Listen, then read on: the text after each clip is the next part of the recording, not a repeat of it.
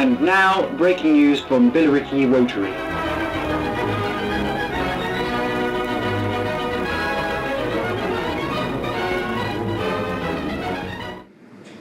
Gentlemen and ladies, would you all please rise? Before I actually present the Charter to Senior Vice President Sid Slater, I would, if I can find it, like to read it to you.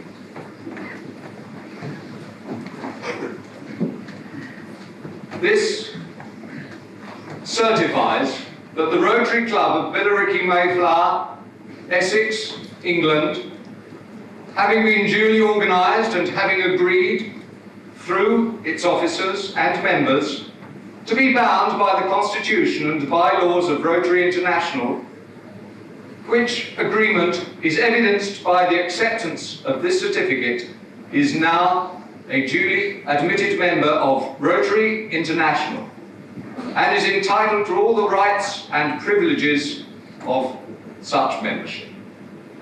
It is sealed, dated, signed by myself, by Len Smith, President of RIBI, by Geoffrey Large, Secretary of RIBI, and by Hugh Archer in two places, one as the President of RI and one as the Secretary of RI. Sid, it is with the greatest of pleasure that as Senior Vice President I hand you this Charter of the Billericay Mayflower Rotary Club and welcome you into Rotary.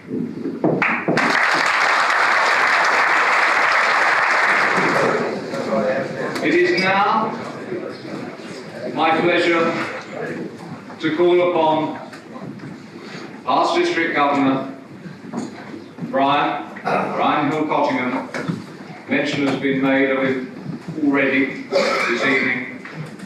He is, of course, my district extension officer, and I personally owe him so much for what he has done since he has been in that office, not just with Platinum Jubilee.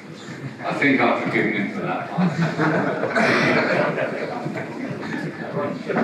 But I am grateful for all that he has done in the formation of Billericay Mayflower. So without any further ado, I'd like to hand over, if I may, to Brian to introduce to you the founder members of the Rotary Club of Billericay Mayflower.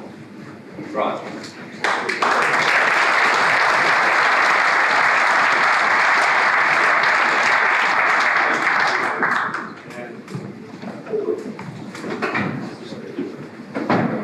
We're just rearranging our positions. As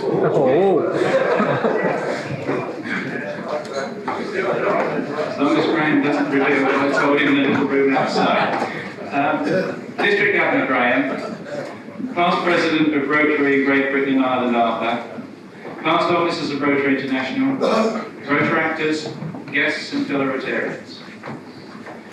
In January of last year, I first met with 4 members of the Rotary Club of Billericay to set up the standard survey of the area. This was completed with some diligence, and finally, as District Extension Officer, I submitted the survey to myself as RIBI Extension Chairman and gave it approval. Finding our number 1 took a little time, but eventually a meeting was arranged by my assistant Peter Murray at a certain wine bar on the 23rd of May last year. There we met Peter Moore, wide-eyed and full of enthusiasm. The only trouble was there was no room at the inn, and the proprietor ushered us out. We considered, however, that he had pretty good taste in his action, so as Peter will tell you later, we eventually invited him to a meeting. Our small group adjourned to Dinsdale's, just off the High Street, and had a very convivial meal on a table on the pavement outside the restaurant in the evening sunshine. It would have been a lovely summer's day. The keel had been laid. We reached 6 or 7 prospective members quite quickly, but stuck, as we were meeting them fortnightly, and had problems securing a reasonable venue. But once settled, Peter Moore's enthusiasm pushed the new Mayflower ship out quickly. This ship weathered the terrible storms at its launch in January, which has already been mentioned, and so many of you were kept away by near hurricane conditions. The District Government Fellows, there is great sadness in that I'm not able to introduce and present Peter to you this evening. But the work that Peter had put in and the enthusiasm which he exuded has set the new Mayflower on the right course, and I know that he will want it to show its bright new sails to the fore of the District 124 fleet. And District Governor, I also know we have just the crew to do it. I am pleased to tell you all that the club have confirmed that Peter will be known as the founder president, and the new president will not take over until the 1st of July. District Governor, those of us who knew him will long honour the memory of Peter Moore, whose classification was motor finance. The club's vice president's name was mentioned at that first meeting in May, and Peter Moore gave him the chair on a number of occasions because of prior engagements, to the extent that it was often asked who was standing in for whom. No one could have foreseen the events of the last 12 days, but what I can tell you is that Vice President Sid Slater, classification furniture retailing, has grasped the helm and will ensure that the course so well set by Peter Moore will be negotiated successfully. District Governor and Fellows, Sid Slater, Vice President of the Rotary Club of Billericay Mayflower.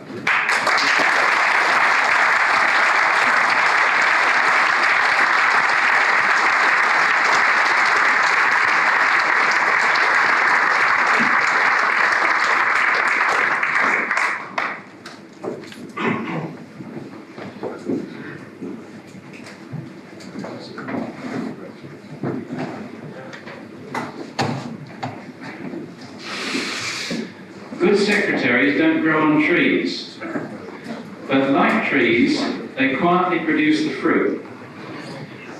This tree withstood the January storms, and despite the mixing up a few of the members in his minutes, will prove an excellent officer for the new club. His classification is surveying quantity. The surveying seems to fit the post of secretary well, but from what I know of him, his Rotary classification is quality. Fellas, I give you Brian Needham, Secretary of the Rotary Club.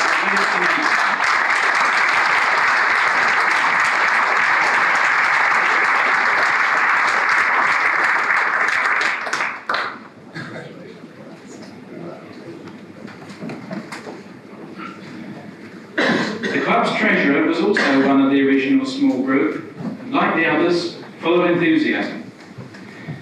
I can tell you that his enthusiasm increased to new heights when the proposed new club's funds were passed to him, and he was allowed to use his own account. We learned that his bank manager now welcomed him. But since inaugural, the club has opened its own account, and although money has been paid in, Jim's banking relationship has gone the other way. It's because the club's chequebook had not been printed, Jim has to use his own account to meet the bills. Fellas, I give you the treasurer of the new club, Jim Backus.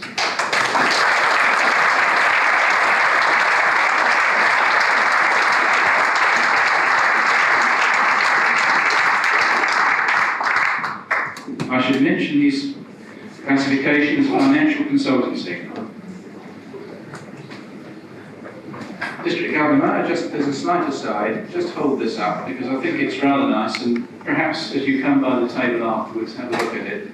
It was presented to the new club by a well-wisher, and it's an ideal memorial of the evening, and I gather the new club are going to use it when they induct new members, which I hope they don't leave for too long. Fellows, during this formation, my assistant from the sponsoring club, and of course now another club, has been Peter Murray. Peter's knowledge of the local community and his efforts generally have in no small way contributed to the success of the new club's launch. And in sincerely thanking you, Peter, I would now ask if, with that knowledge, you would introduce the other members of the new club.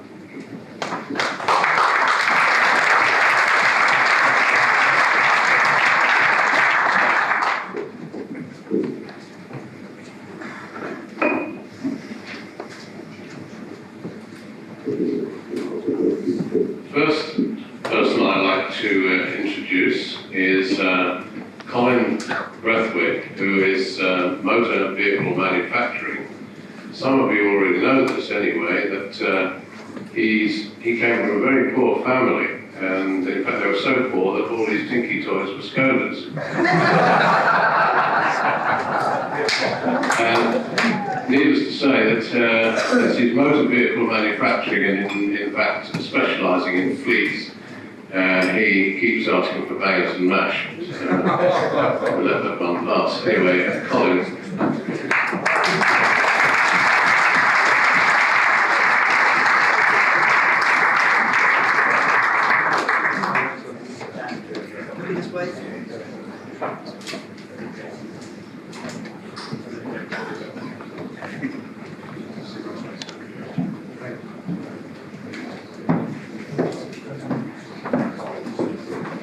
Known to you all, or most of you, and very much a lovable personality despite his politics, is Derek Chapman, general law practice, who is said to take it so seriously he wanted to call his daughter Sue.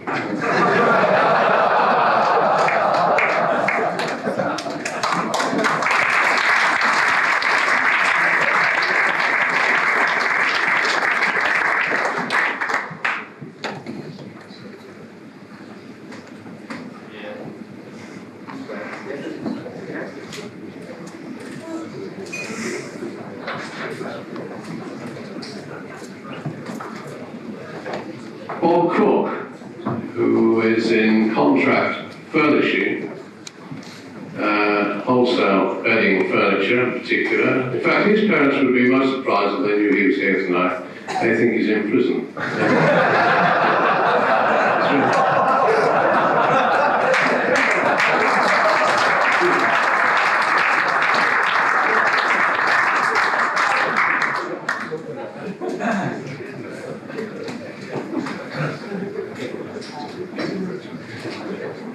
Now, the next one I should really have left to the end to make sure he actually made it, which is Terry Gregson. But I happen to know that he is here, and he is a great friend of mine, and I have a special pleasure in seeing him in this particular club.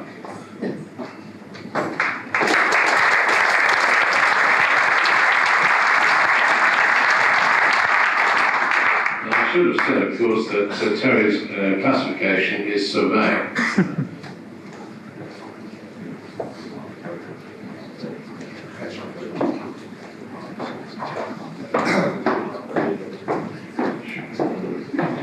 Now, the next member is Jerry Owen. Jerry Owen is an accountant, and in fact it's said that he is so mean that if he gives you a compliment, he asks for a receipt. But I found him extremely generous, and once again is an able member of the new club.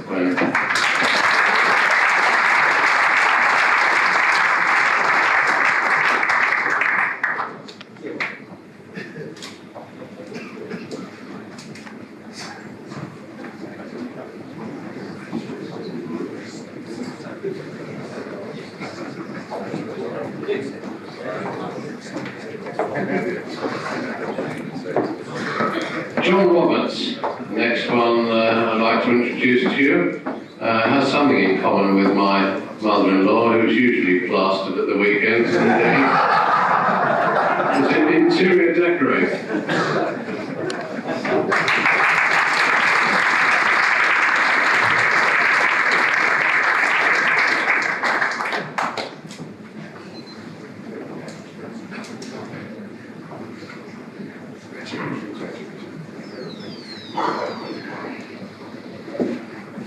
Next is Mike. Mike Bourne is in architecture, so if you want someone to design a slum, go to Mike.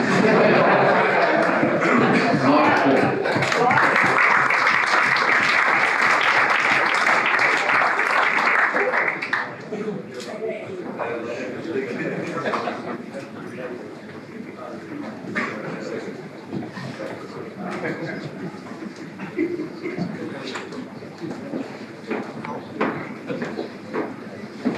Bert Cartwright, local government amenities.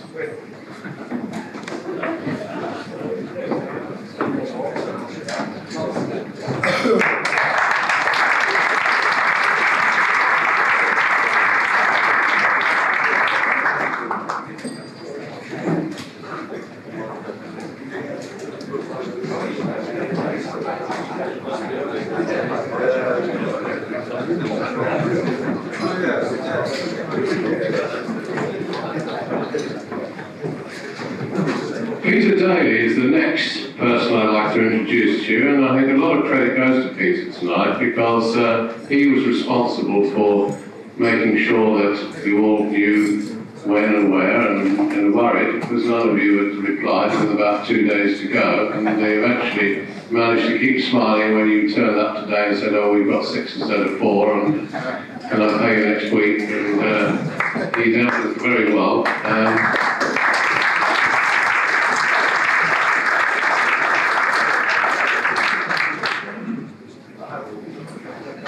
He is in personal relations. In fact, he recently gave him an aptitude test and found that he was best suited for retirement.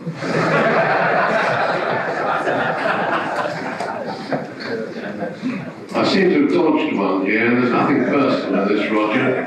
It's not that we're ignoring you already. Roger Cornwall, of course, is a musical distributor, I'm sorry, not a director, possibly should have been. And of course, it's all family business because his father was on the fiddle.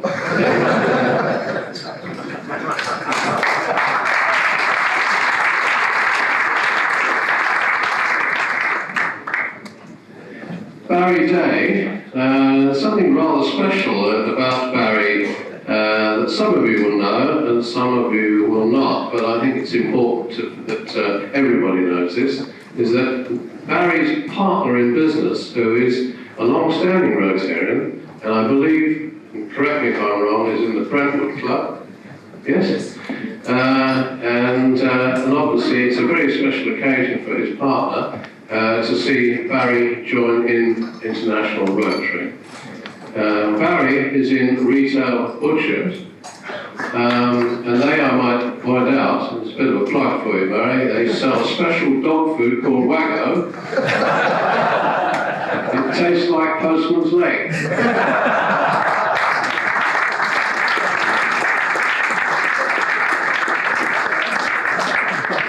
They just told me they're sold out, so please don't badger him. Now we have a very self-assured young man in insurance broking, David Earn. David?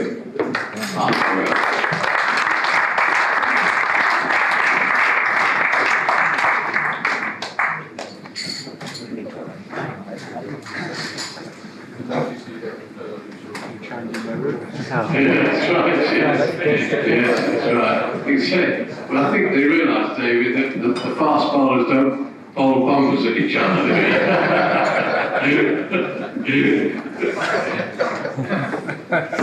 Now then, we have Tony Gill, electricity supply, friends all over the world, and none in this country.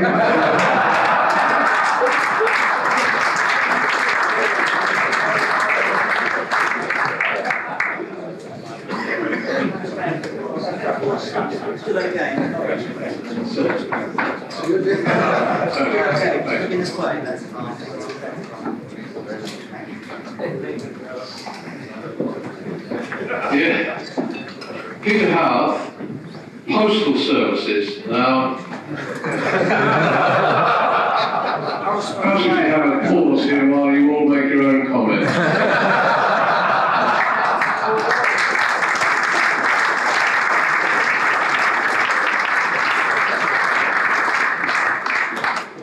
Likes to be called Frank.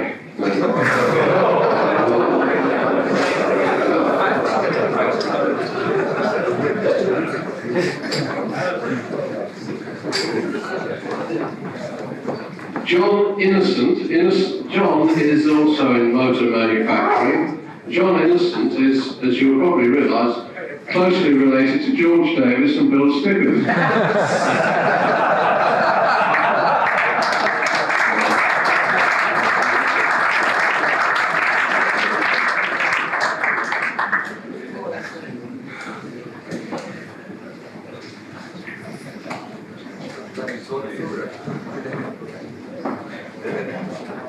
Now, the next gentleman and member of the club is the one that threw us out on our first meeting. I know feels for it, and he is one of the nicest people, and you'd never think so, the fact that we were actually thrown out on our first meeting. But nevertheless, I ought to point out that this was done for the best reasons, in as much that he was full at the time, and in fact 10,000 flies can't be wrong.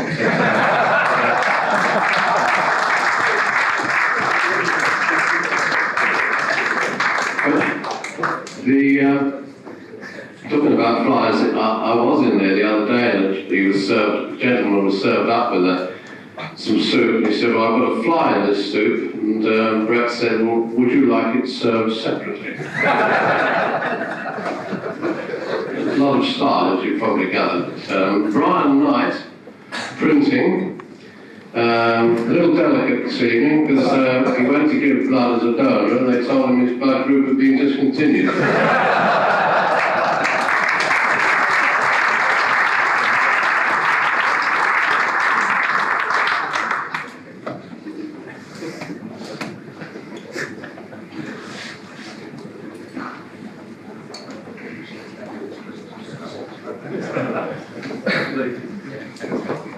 The next one is an extremely colourful character, as you'll probably notice immediately if you haven't done so already.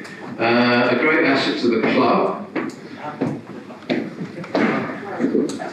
Alistair Moulds is a doctor, or down here as a general medical practitioner. Of course, that is a profession where you can get a lady to take her clothes off and send the bill to the husband.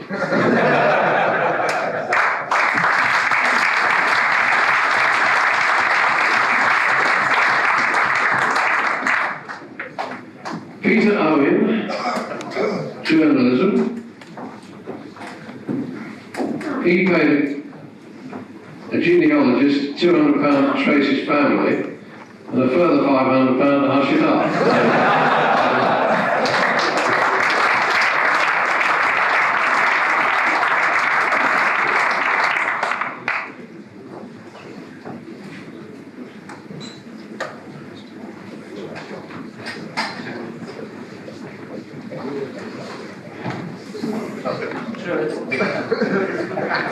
So we have Frank Pamplin, Frank Building Refurbishment. There we are.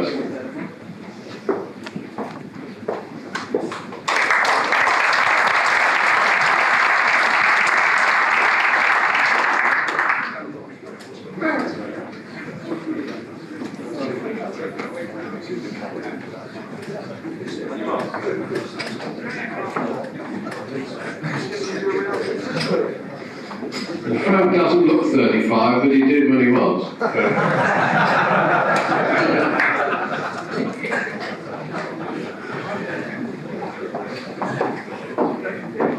Now, Lindsay Ryler,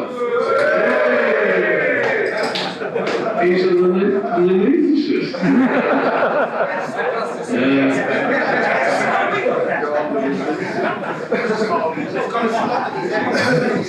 Yes, a gas man.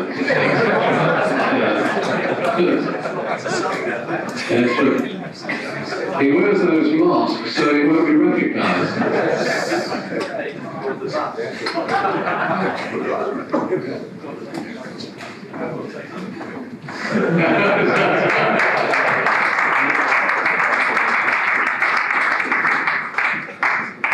Got a suit on.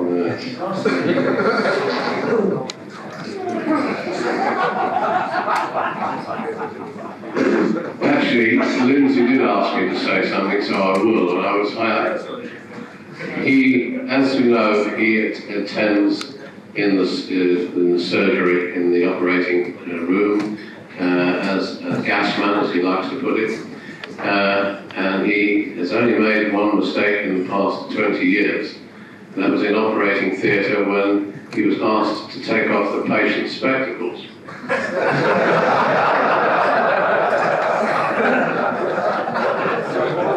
But he wanted me not to mention that. John Beaufrouard,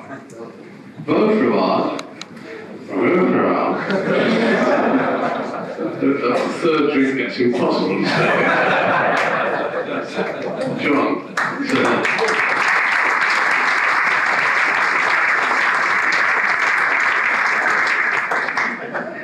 John only chases girls now if it's downhill.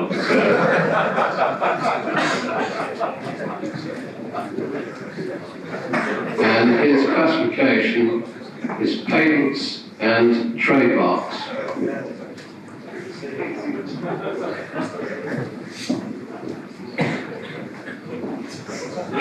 Chris Walls. Chris is in stockbroking. Sounds like I've got some friends out there and could lost some money.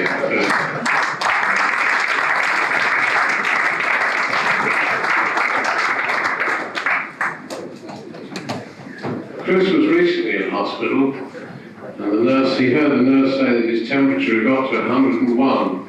So he said, when it gets to 102, sell.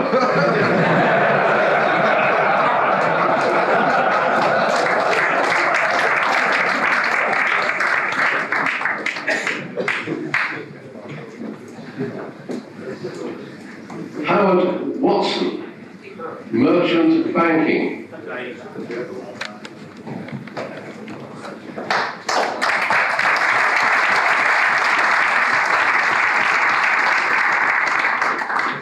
Howard asked me not to mention the fact that he found the medical for Meals on Wheels.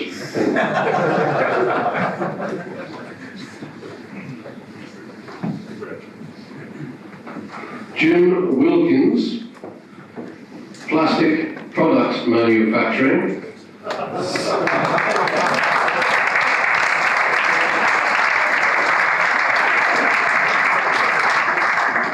It's not what you were thinking, boys. Although he'd probably make a lot more money if it was. Yeah. But he's so short-sighted, he can only get to sleep if he counts elephants. George Wilkinson, insulation contracting.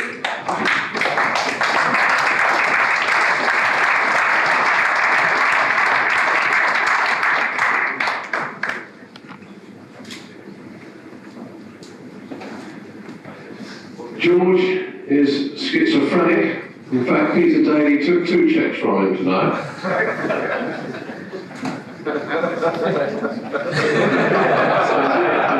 Sorry about that.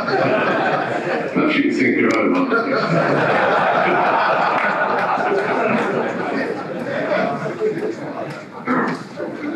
Barry Woodward.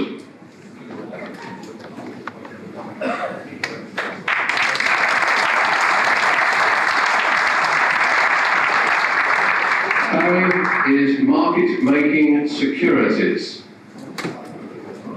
Security settlements stock market. His insomnia is so bad he can't even sleep on the job.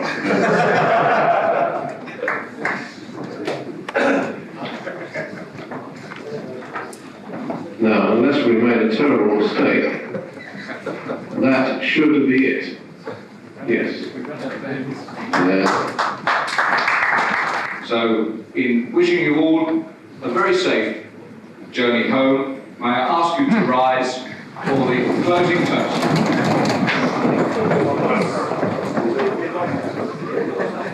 The toast is Rotary, the world over. Good job, yeah.